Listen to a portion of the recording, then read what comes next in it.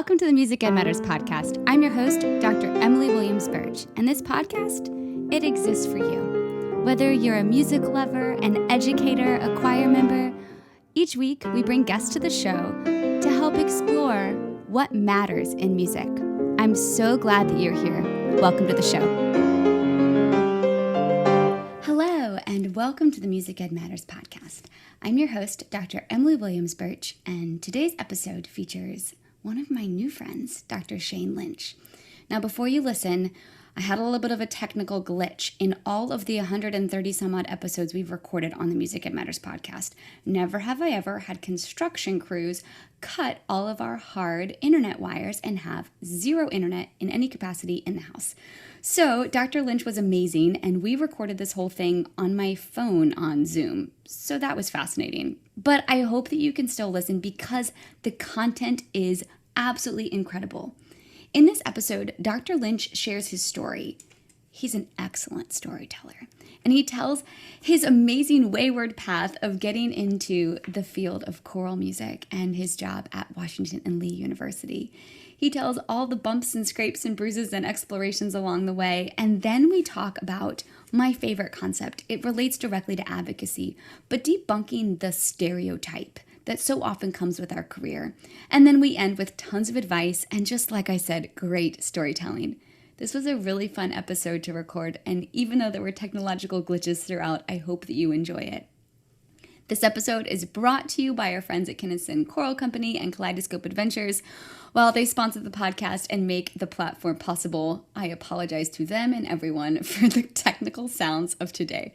But of course, I hope you enjoy this episode as we talk about storytelling, stereotypes, problem solving, and keeping your chin up with Dr. Shane. Today on the Music Ed Matters podcast, we are talking to the one and only Dr. Shane Lynch. Hello. How are you? I am so excited to finally get some one-on-one time chatting with you. I have heard nothing but amazing stories from my bestest friend, Dr. Morgan Ludig. Where are you and how are you today?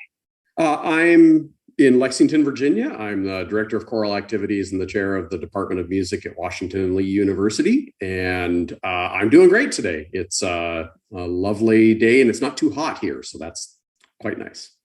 It is nice. In Savannah down here, it was cool enough, quote unquote, that I put on a sweatshirt this morning when walking the dog. That meant it was, not in the 80s. Pretty bad. So tell us your story, Dr. Lynch. How did you get into music? What did you do growing up? So I grew up in Montana, and I was involved in music. Actually, my brother, my sister, and I are all professional musicians of some level. Neither of my parents were involved in music at all. And we all did different things. My brother, he was in a band, still to this day organizes and hosts concerts and runs concert venue and all. My younger sister was a concert oboist, and pursued that until she started having a family, and then has moved into other areas. But the one thing that was always a connection for us was choir. We were all involved in choir at our various levels through all of our public school stuff and in the community children's choir and all. And it's funny because I was a boy in Montana in the 1980s and early 90s. And so I was good at math and science. And I was told repeatedly that I had two career choices. I could be a doctor or I could be an engineer. And if I did anything else, I would be living in a refrigerator carton and my life would be terrible. And all of those things were told to me by people who were well-intentioned. They wanted the best for me. They had no idea what they were talking about. They were just repeating stereotypes and all. But when I have this nice scar here, my arm's all messed up. And I broke that arm playing football when I was like 11 or 12 years old. And from that point forward, at some point during the very long treatment process for that, I must have asked my dad, who was the doctor who was taking the x-rays? And he said, radiologist. And so from that point forward, it's like, I want to be a radiologist. Now, looking back on that now, I probably wanted to be an X-ray tech because I probably never met the radiologist. But, when you're 12, you don't make those distinctions. And so everything that I did in school, getting ready to go to college and everything, was to go to med school and become a radiologist, and that was the right choice for me. That was the good job, the good career, because I was good at math and science is what I needed to do. Music was always something that I loved, but, that was not something that real people did. That was not something there's a real career in.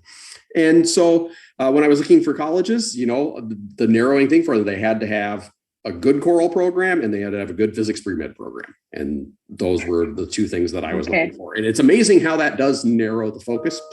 It is just a crazy sort of thing that there's not as many schools that have good things that you can actually participate in at both of them as you would think. And so that led me to Concordia College in Moorhead, Minnesota, which is one of the great Lutheran choral factories, proud Lutheran choral mafia member.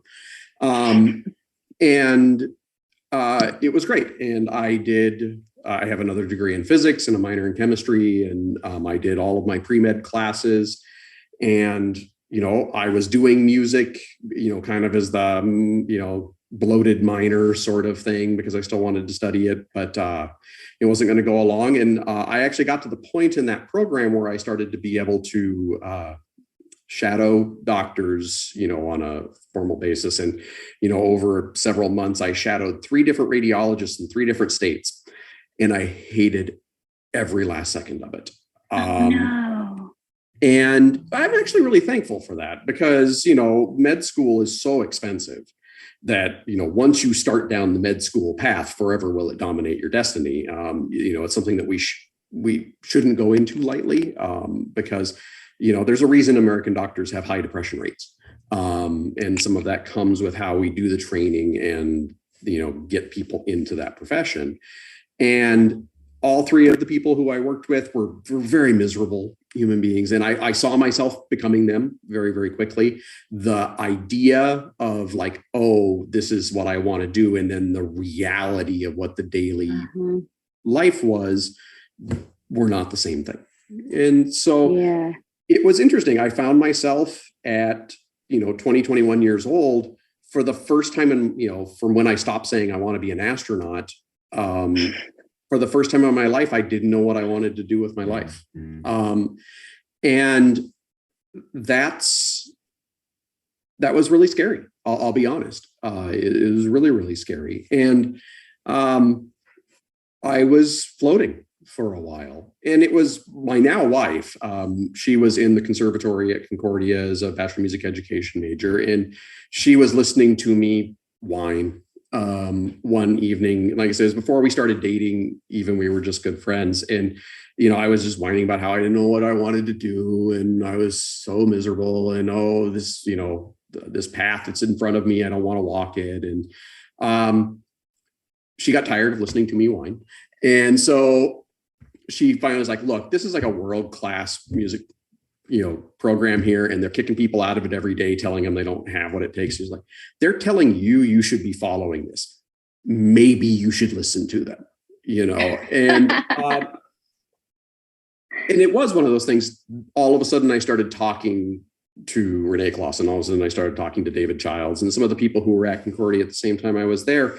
And, when I suddenly started talking to people who could lay out all right, here's the pluses, here's the minuses, here's the paths that are forward for you.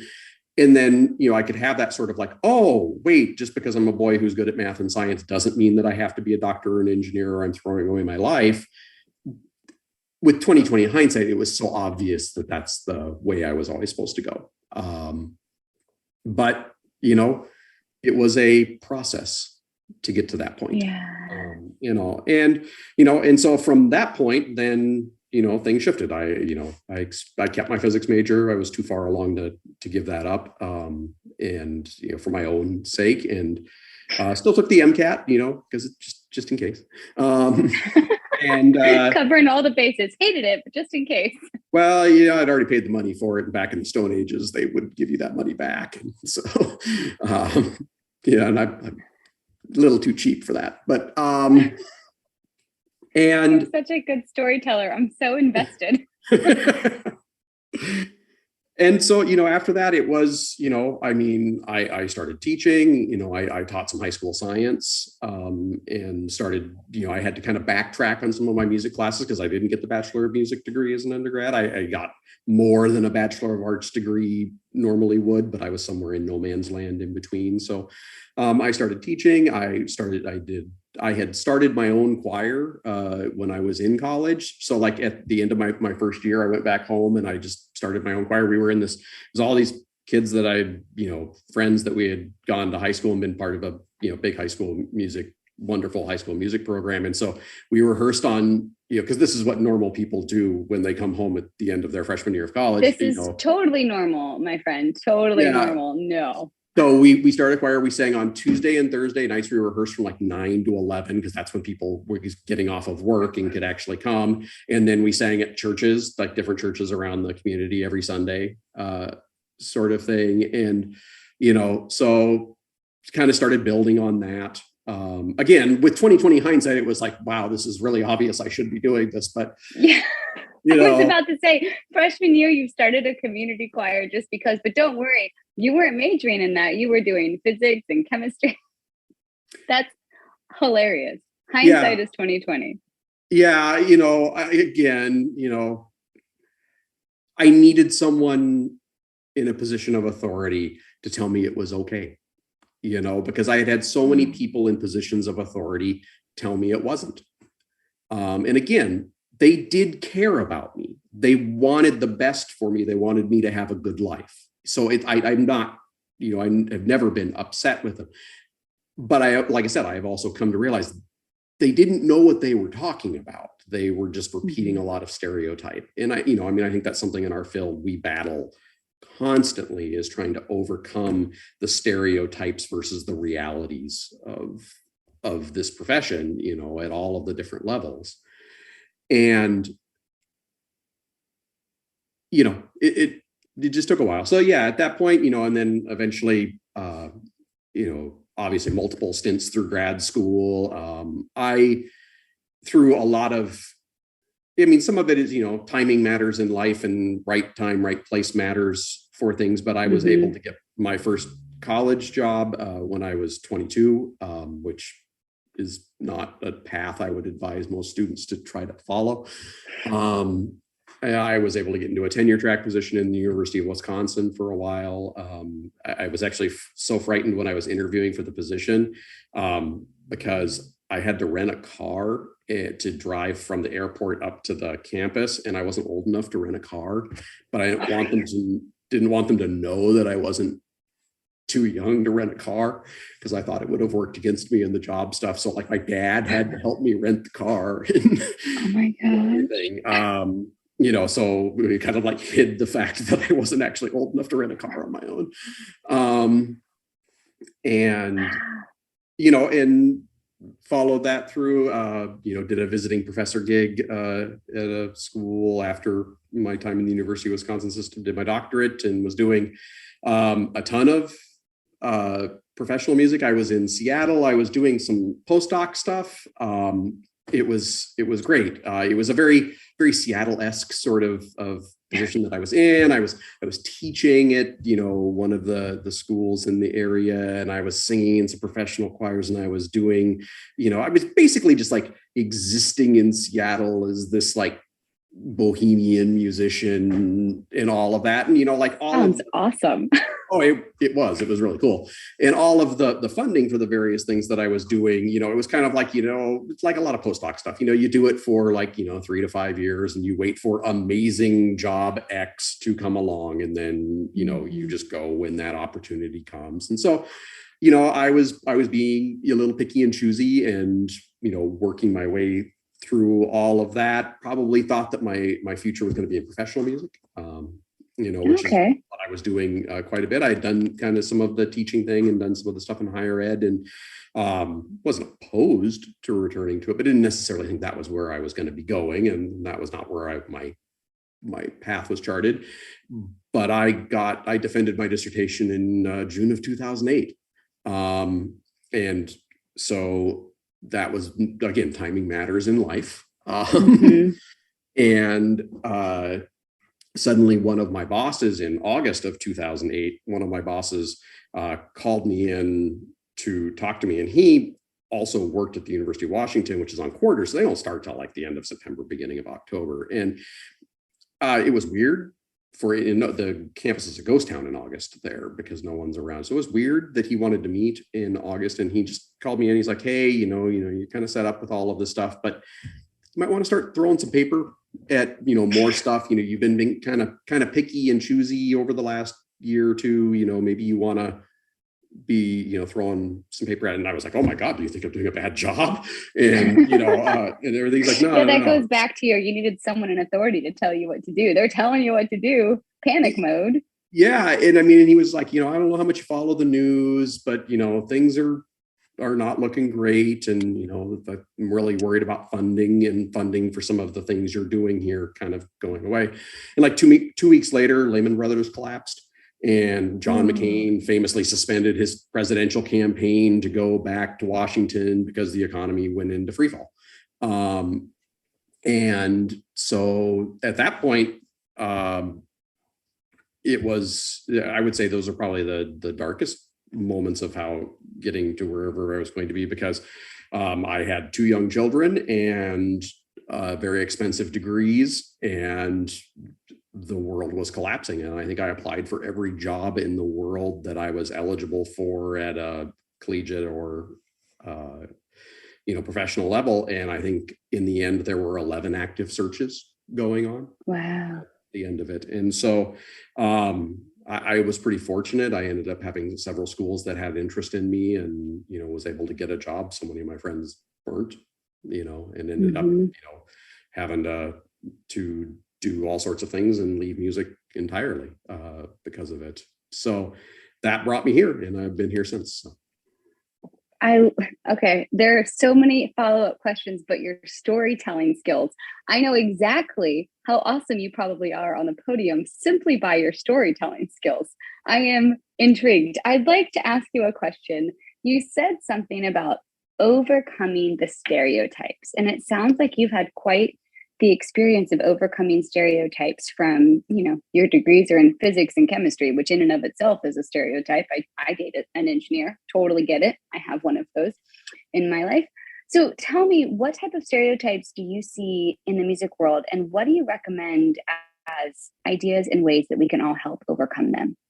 So I think the stereotypes in the world is that what we do isn't real work, or what we do is always going to be a secondary function sort of thing. And that's a hard thing to argue against. So I do a lot of woodworking, and I put myself through school doing like carpentry and construction and things like that. And like, I love what I do in choral music, that moment that we create an amazing sound together in a space. I don't care how good the recording technology is, you just can't capture it. There's like the physical energy moving through the space. It can't be captured. And I wouldn't trade that for anything. But boy, I do understand the idea of when I build my deck in my backyard, it's going to be there in 50 years, where that thing that we create in that space is ethereal. It exists in that moment. And because it can only exist in that moment and exist in that experience, there's always going to be this sort of like, well, it doesn't give us tangible value to what we're doing in the world. And I think so often when we, talk to, college students, we talk to young people, we get, when we were young and we're talked to, so much of it is, like if you are not doing something that has this very, very tangible sort of connection, then what you're doing doesn't have innate value.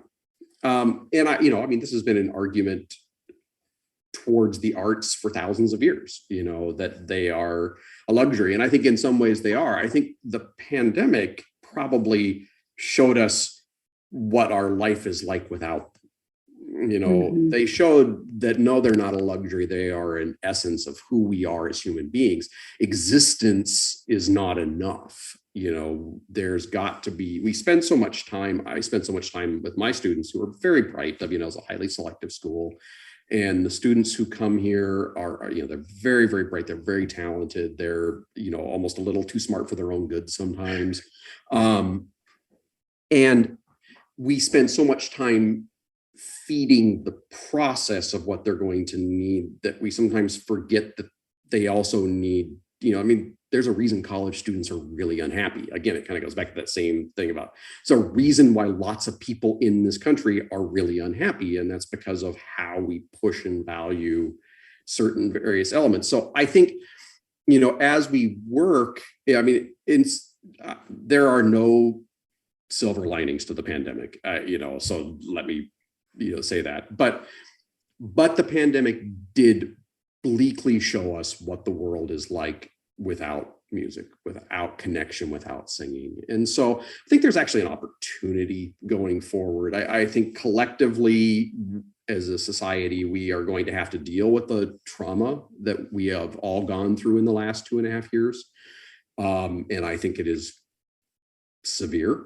And I think it's going to take a long time for us as a society to work through all of that. As we're working through it, I think we have a chance to really be able to look at, like, okay, what matters? Why does it matter? Why does what we do make sense? We spend a lot of time on the nuts and bolts, and we spend very little time on the soul. Both of them matter. Okay, good news, bad news. Good news, I take great notes when interviewing. Bad news, remember those technological glitches I told you about at the beginning? Well, about this point in the conversation, right as we dive into the nuts and bolts, everything went frozen. And Zoom said it was recording, but alas, Zoom was not recording. So I'd love to recap what happens, because what Dr. Lynch said in the part that didn't get recorded is absolutely pure gold. We went on to talk about this quote by Renee Clausen, that the voice is strategically located halfway between your head and your heart. And we talked about Dr. Lynch's career as a, quote, hobbyist composer, because he composes to fill his desire and his need to communicate text, but to also fill voids in programming for his singers and for his ensembles and for his community. And the lesson I took away from that is, you never know where your path is going to go, but follow what makes you excited and your passions and your excitements. Dr. Lynch is excited and really enjoys music and poetry because of the process of composing. And so what does he do? He's a hobbyist composer. He takes commissions and he does all that jazz. But think of what you do today that fills some type of void that makes you fall in love with music, that also helps you break the stereotype. From there, we talked so much about blooming where you're planted, trying to find the best way. And I wish I had the exact quote, because Dr. Lynch, we're going to have him back when there's not technical glitches. But it's not about, he talks about the process of teaching. It's not about making your students come to you, but instead being vulnerable and willing to reinvent yourself and re-explore yourself so that you can meet them where they need you to meet them, that you'd go on the journey together. It's about being flexible, being creative, and being adaptive. He said this great story. So Dr. Lynch won a faculty award in 2004, 2005. And so he's telling me this story, and I'm like, oh, that's great. And he goes, yeah, it doesn't matter. Some of the students that are coming into his class, he continued to talk, might not even been born when he won that award. And the reason it doesn't matter is because whatever he was doing in 2004, 2005, great. Pat on the back, awesome job, great accomplishment. But what the practices he was doing that got that award may or may not work in the community or the place or the students that he is in. And that's part of the joy of our career. It's the ability to be flexible, to be creative, to reinvent ourselves. My dog Boudreaux is really into this conversation and is just having this one-on-one with me while I'm recapping this story. Technological glitches, dogs that want to be a part of the story. But what I love is as we continue talking about all of these experiences that Dr. Lynch shared with us, he was still telling stories. And it's that power of storytelling, the power of the word, that makes our career as vocal educators especially really interesting and really important. I took a quote that Dr. Lynch said. He said, "One of my favorite things in rehearsal is hearing something that's, quote, wrong, or not exactly how I want to hear it, and not knowing how to fix it." Because it's in those moments that we get to go home and really problem solve. And that's how he discovered so much of his interest in eurythmics. So as you're sitting here thinking about your year ahead, your program ahead, and you get the choir that's in front of you, bloom where you're planted. If you hear something that's not necessarily wrong, but not exactly as right as you would like it, instead of giving up, spend the time thinking, creating. For Dr. Lynch, that's moving and using eurythmics. He also had another quote, "I could either be bitter or roll up my sleeves and get to work making things better." So I know what we get to do is sometimes just rewarding in and of itself, and sometimes it's stressful and all of those things. But when I asked Dr. Lynch what the one thing he wanted us all to remember was, he said, "What we get to do on a daily basis is truly a gift. There is magic in what we get to do. Never stop enjoying those moments of magic." It's absolutely those pieces that we must own that make choral music special. It's remembering what made your 16-year-old or however old self fall in love with choir. So instead of letting people say, like we talked about in the conversation, sometimes at conservatories and stuff, singers are at the bottom of the totem pole. Instead of letting them tell you that you're at the bottom of the totem pole and that you have to be more businesslike, like the orchestra or something, which is fine, embrace the fact that we have lyrics, that we have words, that we get to tell a story of music with words, and embrace those magical moments that happen when the words and the music come together. I'm sorry that I am not Dr. Lynch and telling you these stories. Y'all, if you have not talked to Dr. Lynch, storyteller extraordinaire, the conversation was epic, and I'm sorry that technological glitches made it to where you can't hear his exact words, but don't worry. We're going to get him back at some point. And until then, I hope that this episode has provided you some ideas about storytelling and breaking down stereotypes and problem solving, but more importantly, keeping your chin up. What matters? Why? What makes it all come together? What we get to do on a daily basis is truly a gift. There's magic in what we do. The hard part, and the part we sometimes fail, is every day finding something that reminds us of that spark that got us here in the first place. I really loved so many of the stories and the quotes that Dr. Lynch shared, but I keep thinking back to that Renee Clausen quote about how your vocal cords are intentionally halfway between your lips and your heart, and your head and your heart. I think that's the correct one. But then also there was that Weston Noble example when he was asked towards the end of his career what his favorite choir was over the years. And he said, next year's. And as Dr. Lynch explains, it's our job to show up every year trying to make that happen. And it's that striving, that work of recreating, reinventing, re-exploring that makes this fun. So if you're feeling a little bit worn out, or you're not sure how you're going to recreate, reinvent, or find the fun in all of it, you can jump over to patreon.com/musicedmatters and join the conversation and have the whole community. You can also contact me at emilybirch.org/contact, but seriously, thank you. Thank you so much for listening, for making these episodes possible. I hope that you know that you matter. We all know that music matters, especially the stories we get to tell, our own individual experiences that got us to where we are today, the experiences that allow us to debunk the stereotypes and the problems that we get to creatively solve. And I'll see you next time on the Music Ed Matters